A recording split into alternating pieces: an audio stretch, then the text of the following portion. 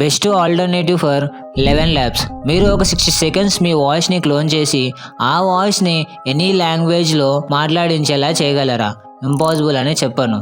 Creators, YouTubers, podcasters అందరికీ audio రికార్డింగ్లో hours waste అవుతుంది.